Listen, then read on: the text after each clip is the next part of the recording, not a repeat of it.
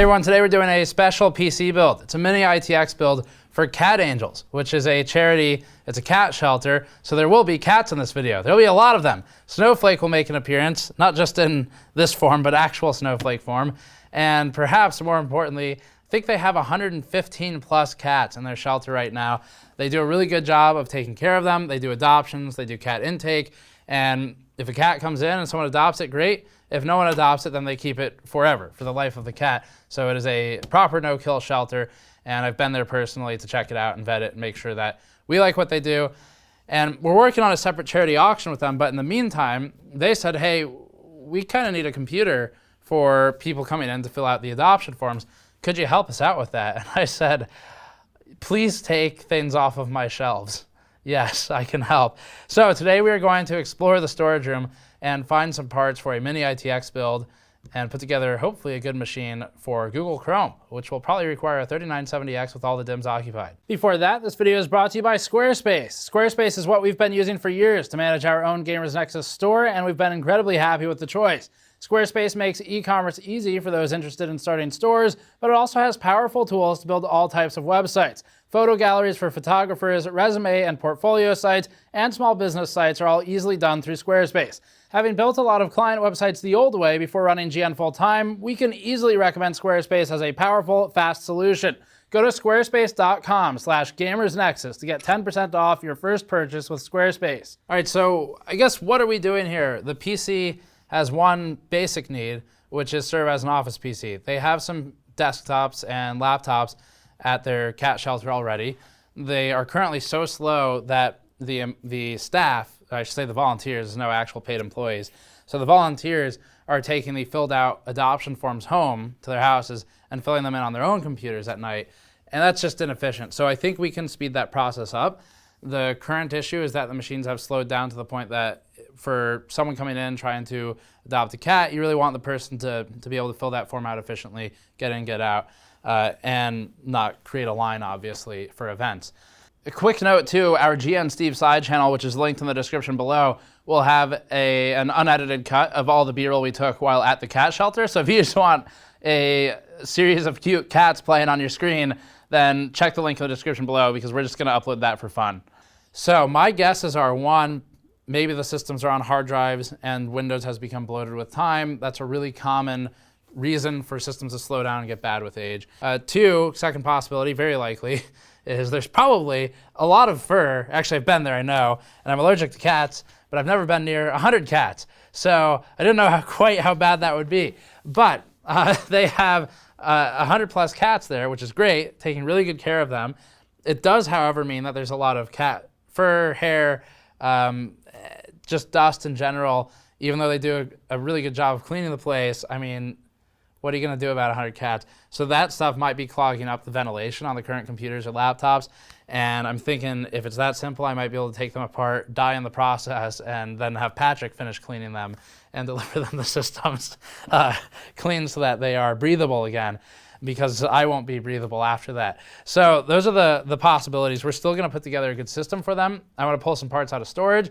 We're going to pull parts that are not going to be used for testing anymore, so things that we have duplicates of or just don't need. I've got some ideas already. I'm thinking we use an IGP for this, so a CPU with an IGP or APU maybe, and pass on the video card. As much as I would like to put the cute pet in there because it looked great, it is a bit overkill. In the meantime, though, we need to put together a good box for them. Quick things on Cat Angels. So first of all, they are located in North Carolina. You can stop by and adopt a cat or just see the cats if you want. And they do take donations on their website. We are going to be doing a charity auction later. I don't know exactly when yet, but we're going to be listing some 1080 Ti's, some noteworthy things like the original Threadripper press, like Pelican case, stuff like that. We're going to be listing that for auction, charity auction. All the money that goes to those things to buy them will then go straight to Cat Angels. So that's coming up later, and if you want to support them, that's a great way to do it. We're also going to auction off the mod mat on the live stream set and on the main set, and a couple of other ones that have been in use for over a year now. So that's the plan. The shelter I've checked out myself. It's very good. They provide cats with the cats that have special medicine needs get everything they need. Cats that have special dietary needs get everything they need, so they don't cut corners. They live very, very hand-to-mouth way of operating, and we're happy to help them out. So let's get started. In the next shot, I'm going to get sick.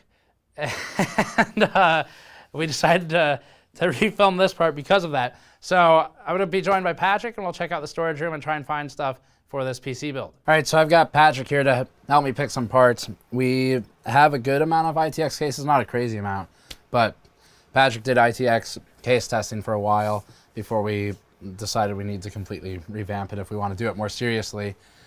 So we'll come back to it eventually. Eventually. So we're gonna pick between the ITX cases.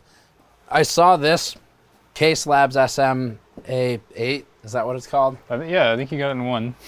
And I am not sure that this is really size appropriate for their office. It's made of all aluminum, so it's light enough for them. Yeah. It's really lightweight. Actually, it is very light. Right. So a little too big. ITX cases are on this shelf. We'll pick out the motherboard, CPU, and stuff next. This case, was this SG14 maybe? It's got a Silverstone name, so nobody will ever remember it. This is just a cheap piece of sheet metal, basically, but that makes it really cool. Because, really good case, though.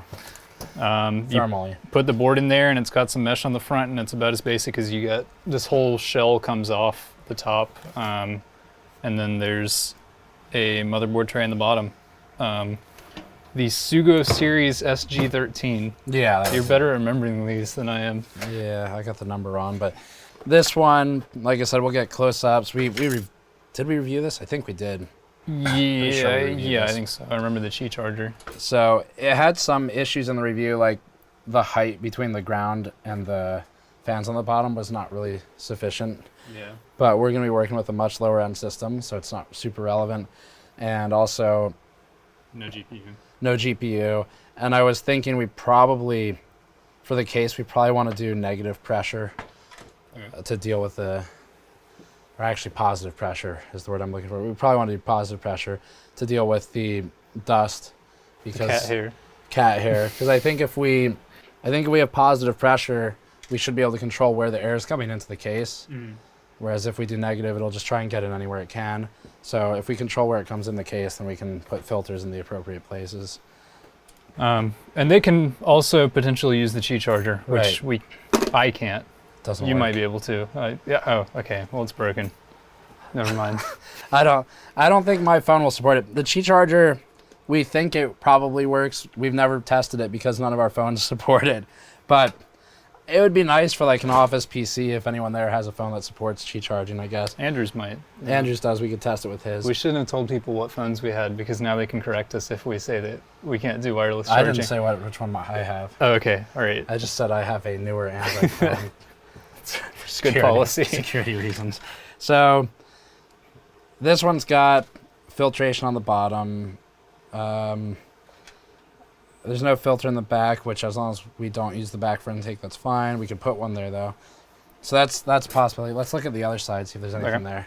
So this one, maybe not an ideal candidate. Part of the reason we liked this was that it cooled the GPU fairly well, if I remember correctly. Yeah. But this is a nice case. It's got a riser for the GPU. It is one of the better cases for sure.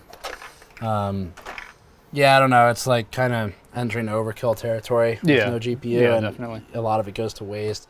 It doesn't look particularly interesting. I'm thinking for non-enthusiast, I think, they can correct me if I'm wrong, but I think non-computer hardware enthusiast audience, like with the computer, I kind of want to do something that looks a little cooler to someone who doesn't see this stuff every day.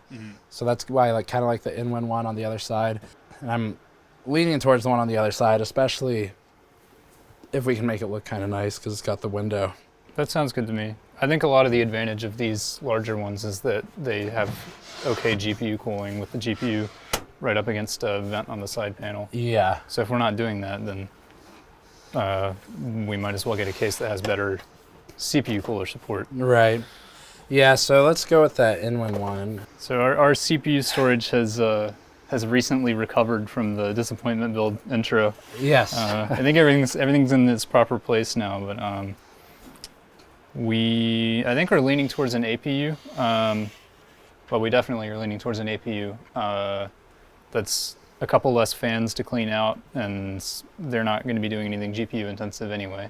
Yeah, I like the fewer fans to clean is a good point too.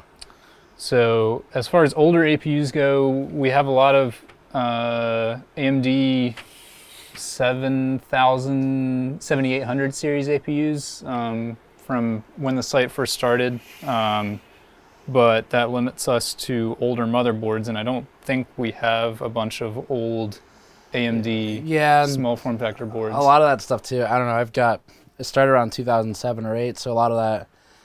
We have some 7000 series APUs. I think those might have been 2012 or 2010 or something like that. It's getting old enough where, even though it'd be fine, I don't really want to build something that old. So I kind of like the idea of a 2400G maybe. Yeah. I think we have 2 of those. Obviously, we do have a lot of Intel CPUs with integrated graphics on them, but we specifically have an extra 2400G in here. Right. If we did Intel, I think we'd have to do a Pentium G5400, and that should be significantly worse than the APU, so probably better to use the 2400G APU. These are both 2400Gs. This one is the one we were using for Mini-ITX testing, so I'll take the other one out. Yeah, let's keep the ITX one. Oh, you want to take the ITX one? No, like keep okay, keep all right, ITX gotcha, one. gotcha. So we'll grab that 2400G. Mm-hmm. We recently reorganized our motherboards because we were running out of space on the shelf, which means that most of our Mini-ITX boards are up here somewhere. Yeah, on the left, 1, 2, 3, 4, 5, 5th row from the bottom, far left is gonna. That looks like a B350. That does. I think this is the one. Yes, this is the Mini-ITX test board, the Gigabyte AB350N gaming Wi-Fi. So it's got a Wi-Fi card on it. That's another thing I hadn't think about. That's actually useful. Yeah. So only 2 RAM slots. That's fine. Yeah. And a GPU slot, which I do like we don't the need. Wi-Fi inclusion. I'm not sure what their Ethernet situation is there, so that might be good. And we're probably never going to use that board again anyway. There's newer stuff. B450 makes more sense, and if we go back to ITX testing, we probably really want to modernize everything anyway. So. Okay. So on to RAM now. Yeah, RAM's next. We're gonna have a bit more fan noise, white noise here from the servers to our left, but the downside for us with Ryzen is that it does mean DDR4 is necessary, which is fine. It'll make a bit better build for them. We have a good amount of DDR3 we're never going to use again, so I would have liked to get rid of that. But I'd rather give them a system that's actually going to run for a couple years without issue.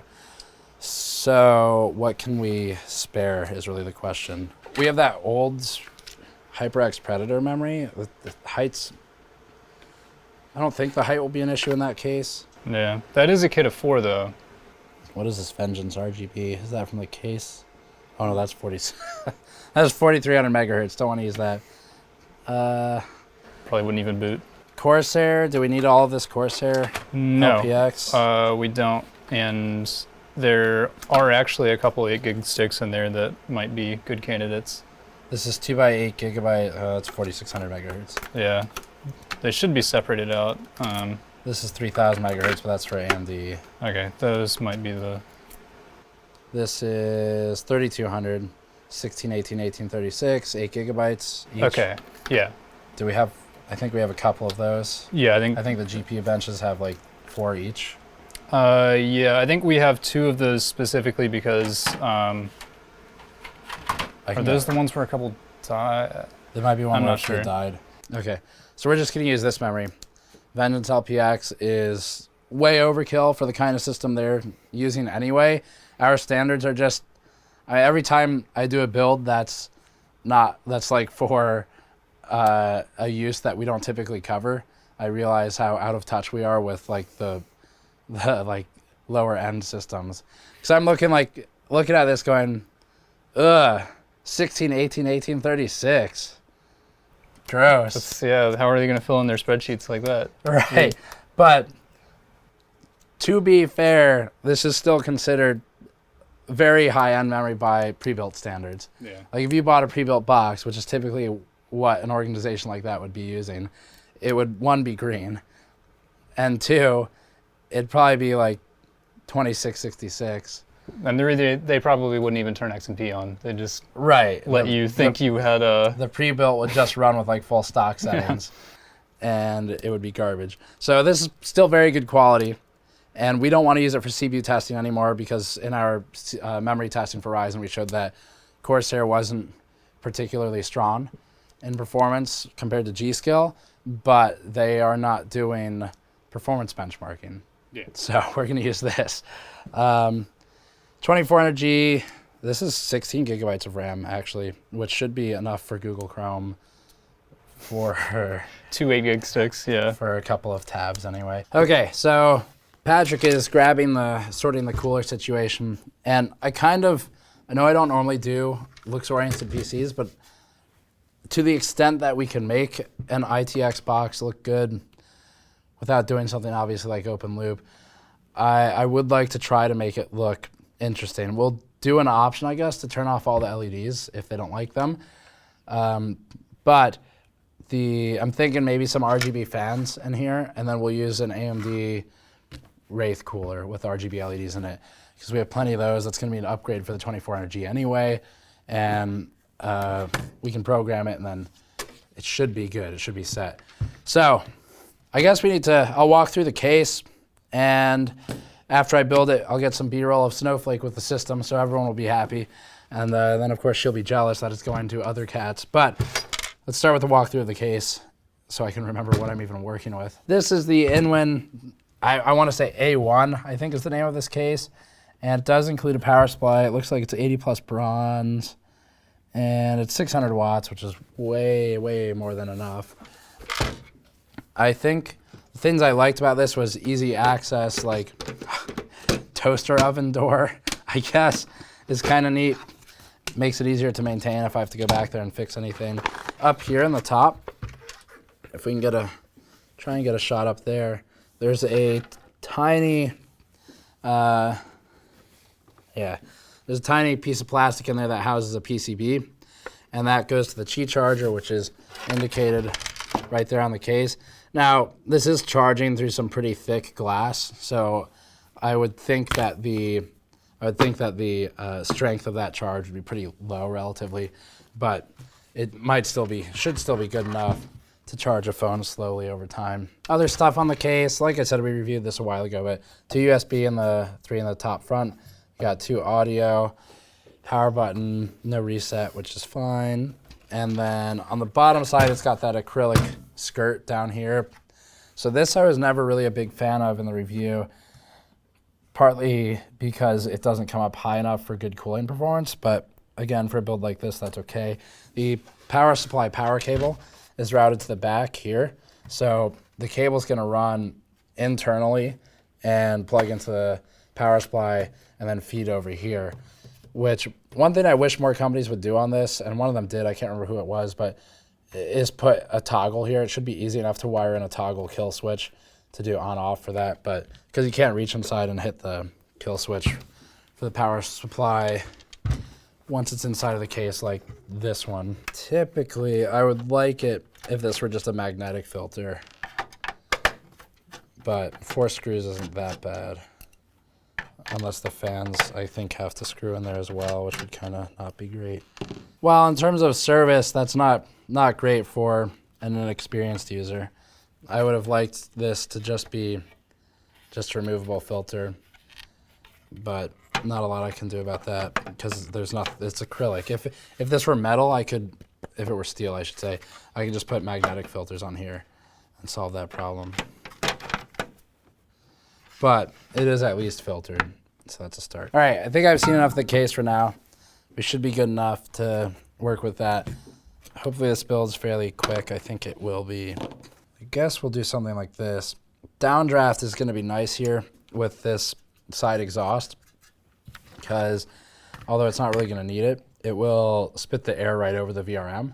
So we're gonna get some direct cooling on the MOSFET from downdraft through the CP cooler fan, which is just kind of a nice bonus, not necessary for this setup, but Extra cooling's not a bad thing. The RAM in there.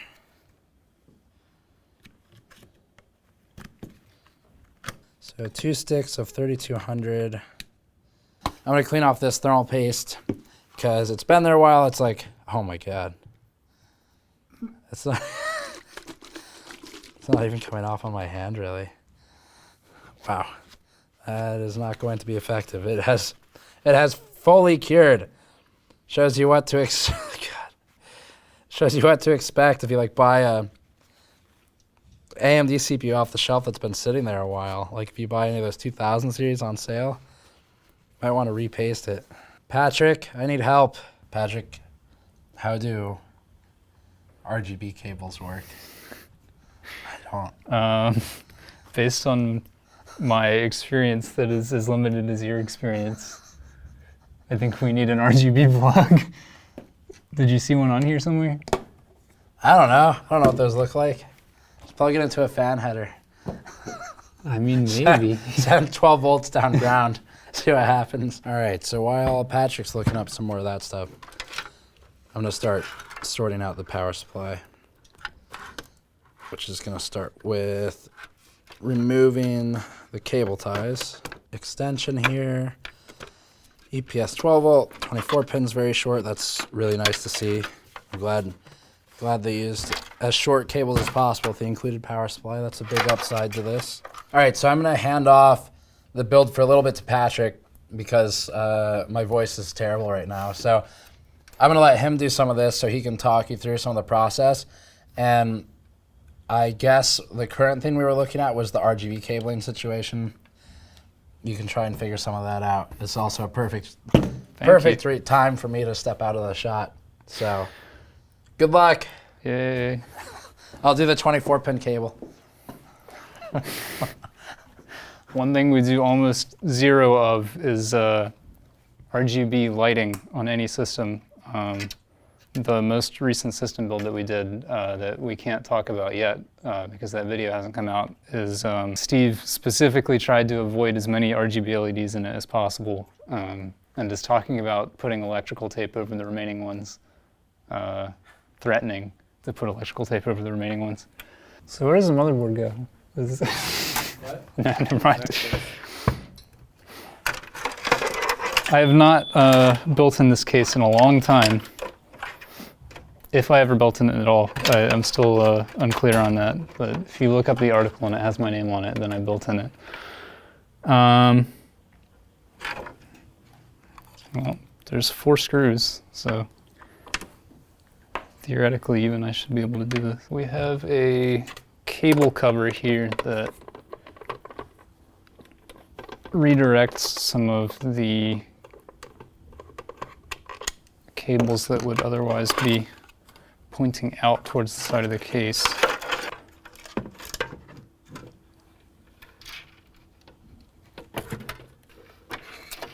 Pretend like I did that the first time. Keegan would never betray me by making it seem like it was really hard for me to install everything. Yeah, so we have display output here.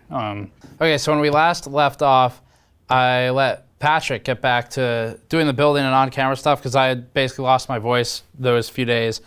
But we're back, and a couple things. So first of all, because this motherboard in here was a test motherboard for our Mini-ITX case reviews, we had gotten rid of the I/O shield. We don't use I/O shields in any of our builds. You have to remember that our stuff is assembled for like a day, sometimes hours, so we just get rid of them. Unfortunately, that means in this instance where I want to pass the board on to someone, I don't have an I/O shield here. So one option is I could scavenge through boxes and try and find one with a similar layout and then maybe use metal snips and cut something together. Next thing I did was currently the CPU fan is unplugged, but I connected, come on, oh, something's loose, dang it. I did a test connection for this RGB stuff just to try and see if I can get it working without committing to building the whole computer because I'll really pay for it later. Yeah, there we go. So we got RGB LEDs. This is gonna be a mess, but at least I can daisy chain everything because we'd run out of plugs otherwise. This is kind of a mess because we've got a bridge, so I'm gonna need to electrical tape that to make sure it doesn't fall off. This is making me really dislike working with RGB LEDs, by the way. We never do, so not something I normally think of. But I mean, like when I made that joke earlier in the video, it's probably still in here, to Patrick of, Patrick, I need your help. How do I use these? I wasn't really joking. Like, I don't work with LEDs. So anyway, I'm gonna need to do cable cleanup on this like crazy and just stuff it all in the back, I guess. And I don't know, but at least it's working. It's synchronized with the case. The case is the same color on the bottom. This will also synchronize. I'm gonna need another fan connector. So we've got these, which this is in the Lathan 120 mil fan box. So these are BR Lite 120s, they're called.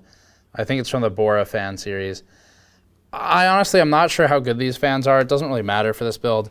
I just like them for the fact that they didn't need a bunch of external controllers and all the stupid stuff Corsair fans do. It's got this like super nice, way overkill aluminum exterior. We actually have a video showing how these fan borders are made in Taiwan. So, I mean, it's a nice fan. I don't know how good it is, but it is sufficiently good for this build for sure. And then this is a fan hub. So we're gonna have one of these go to the computer, and that's gonna be this one, I think. So that'll go to the system. We'll have a bridge fan cable between this and a socket on the motherboard, fan header on the motherboard. The rest will go to the fans in the system. It's got sticky tape on the back, so I can stick it on the back of the motherboard tray. But as long as they're all pointed the right way, it's still 12 volt to 12 volt. So one thing you don't want to do is send 12 volts to ground on this. That's why there's arrows on these that point to a line where the live line is. Oh, it's looking good though. I just need to get them in the system.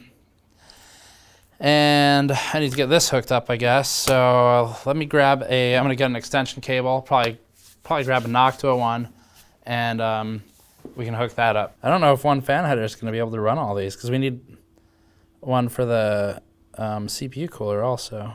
I have my doubts about one motherboard fan header being able to, how much current are these? They're normally limited to 1 amp, the motherboard fan headers, sometimes less. So if you look here, LED and fan are separate. We can ignore the LED current. So the fan's gonna be 0.17 amps.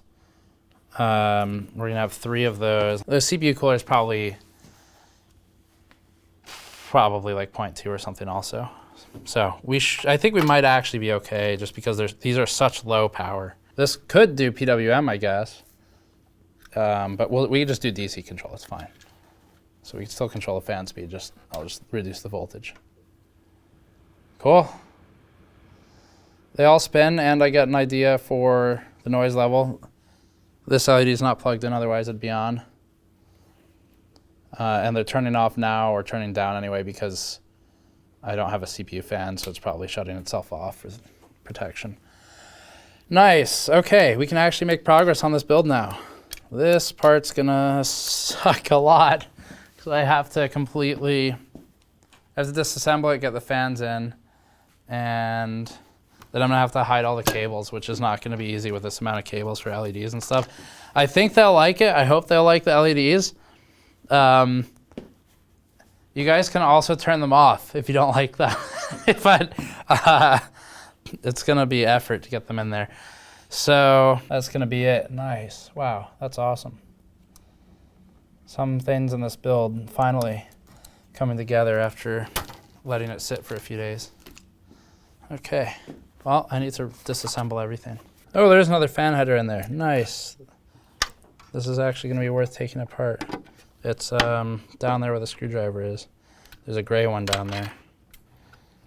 So that'll help a lot, because now I can keep the CPU fan on PWM and just set it to run on a fan curve instead of at full blast. Okay, so I got the motherboard seated properly, and glad to have this, because normally I don't care, but for a semi-public machine, I don't want anyone to have to worry about like dropping a USB key in. It's possible it could short something. It's unlikely.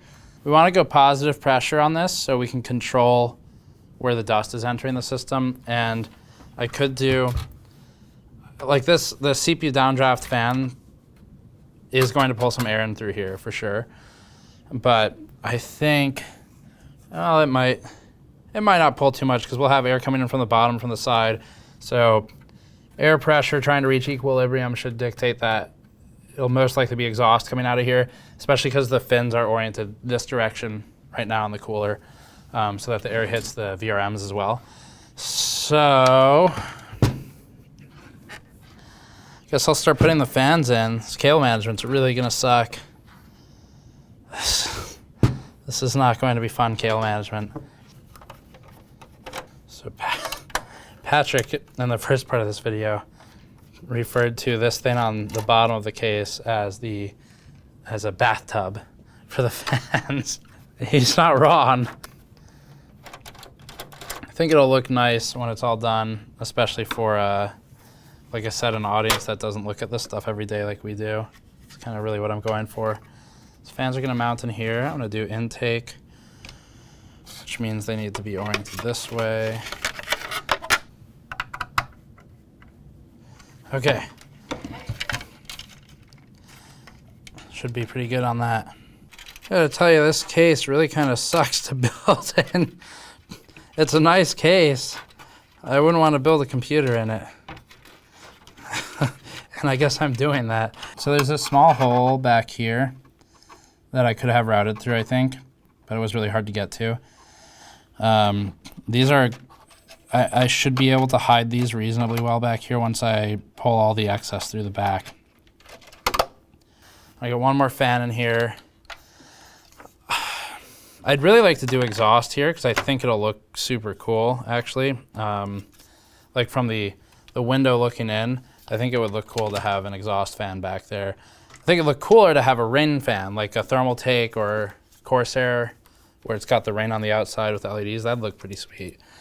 But I just don't want to deal with all the different types of connectors. We're doing enough with LEDs as is. I feel like if Inwin made this, except instead of fans in this chamber down here, they made it cable management, that would be like perfect. If you just stuff all the RGB cables down in the basement, it'd be perfect for a build. Okay, so we're gonna take a break from filming here because it's in a good place. All the hardware's where I want it. I think the fans will look good, I hope so. And I figured out the case now, some of the intricacies of it. So everything's where I want it. It's just time to do cable management, and I don't want to film that for 2 hours because that's probably what it's going to take to do this. So we're going to do cable management, come back with, I guess, some discussion, some B-roll maybe, and show off the completed build and hopefully do a successful delivery. I also need to go get the SSD for this. I'm just going to use an 860 Evo 250 gigabyte SSD. I picked it up for them on a recent sale. I think it was like $60-ish, so it's marked down pretty reasonably. But anyway, time to cut and do cable management, and then we'll show it off after that. Here's the completed build. We ended up doing some flow testing and thermal testing on this, and while keeping aesthetics and dust both in mind, this configuration worked really well. The rear ends up acting as an exhaust since we're in a positive pressure setup and the CPU cooler is pushing air through its fins out the back. The side panel's exhaust also helps with dust prevention, so just the bottom needs to be managed for dust. We tested all of this before finalizing, and we're pretty happy with how it came out. Patrick cleaned up the cables really nicely and made it all presentable. We even installed a licensed version of Windows 10, for once. We didn't want to just throw a volunteer on camera either without giving them any notice that we were showing up a couple days before Christmas, so we're just gonna show up, set the system up for them, and get it going. Okay, so we've made it to Cat Angels now, and I'll put the link in the description below if you want to check out their site and visit and maybe adopt a cat or otherwise, or check out this computer that we built. But we brought the system here. I have to hook it up. So we've got keyboard, monitor, mouse already here.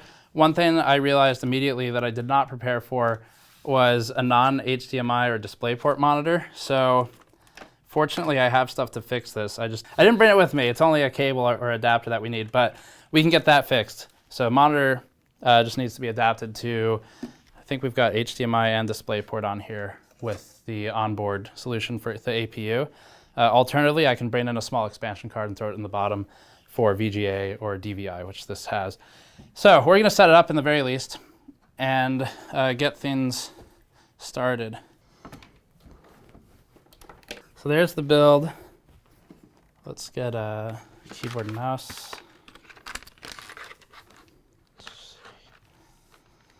And when I was speaking with Cat Angels, so like I said earlier, the main purpose is more or less going to be Chrome or web browser based. for the adoption application, which this will handle just fine for a long time, hopefully. Because currently what they're doing is having people fill out the forms, bringing that information home, and then updating it separately, which is something that I think we can improve the efficiency of with this. All right, so it's turned on. We're just missing the monitor now. I'm gonna go grab an adapter for that, and you'll have already seen his work by the time you're at this part of the video, but Andrew needs to get some footage of the cats. So he's gonna grab that. I'll grab some kind of adapters or cards and bring them all in. We'll figure out what works to get this monitor up and running. But it's in place, so if you come by and want to adopt, hopefully soon they'll have it set up so that you could fill it out on the computer that we built for Cat Angels. Andrew got to do the fun thing and play with cats for a bit, and I came back, we got it working, so I did load the Gamers Nexus mascot for the desktop wallpaper. It's festive. She's under the tree, so there's Snowflake. It seemed appropriate, but Cat Angels really loved the build. They thought the LEDs were awesome. The case was something that they hadn't really seen for a PC before, and even the Qi charger definitely got some interest. It's really cool for us to see how people who are less frequently exposed to the PCs that we do get so excited about the looks of a system, because we're in it every day, so you don't feel quite the same enthusiasm about some of the stuff that we see on a daily basis, like RGB LEDs. So it was really cool to see that. I've got it set up. I ended up using for the people interested in the not really super technical solution, but it did work. It's way back there, but I ended up using an adapter kind of like this. So quick teaching moment, I guess, for anyone who has the same problem. But for VGA, you're dealing with an analog signal. For DVI, it might be analog or digital, so the solutions change a bit. But with VGA specifically, you need an active adapter to go to digital, because you're changing from analog to digital with a modern display. So I used an active adapter with VGA on one side. This is an HDMI one, but it's the same idea. And VGA on this side, and then we went to DisplayPort on the other side. So we're going analog, digital, and you do need the box there. It has to be active. Actually, on Amazon, you can get scams pretty easily for it, because you'll find cables that are they look more like this. This one's fine because it's DVI. I don't know if that's interlaced or just digital, but it's DVI digital either way, to HDMI, which is digital. But you'll also find VGA analog cables like this that terminate in just HDMI or DisplayPort. If you buy those, in most instances, it will not work. There's a few video cards that can make it work, but for the most part, you're getting scammed if you buy it, except for some of the laptops that are out there. So the solution was just an active adapter, and everything works great. This is a 1600 by 900 monitor, so it's definitely acceptable for web use. I think if I come across an extra 1080p monitor, I'd probably bring it in at some point. And I might see if we have an extra mouse to bring in to upgrade things a bit. So we've got some upgrade options. I certainly don't need the upgrade, so I'm looking for other people's stuff to upgrade. Taking Bitwit Kyle's job, basically. So that's it. We did the whole explanation of what Cat Angels is in the beginning. If you're interested in them, you can check the link in the description below. They have a donations page if you'd like to donate. Everything's pretty direct to the cats. So no salaries or anything like that to worry about. It's volunteer work, and then they do pay for, like I said, the full medical treatment of cats that need it, and then the special dietary needs, they get all of that as needed. So check that out, the link in the description below. Otherwise, you can help us out at store.gamersnexus.net, but honestly, I'd rather you give the money to Cat Angels for this one, and subscribe for more. We'll see you all next time.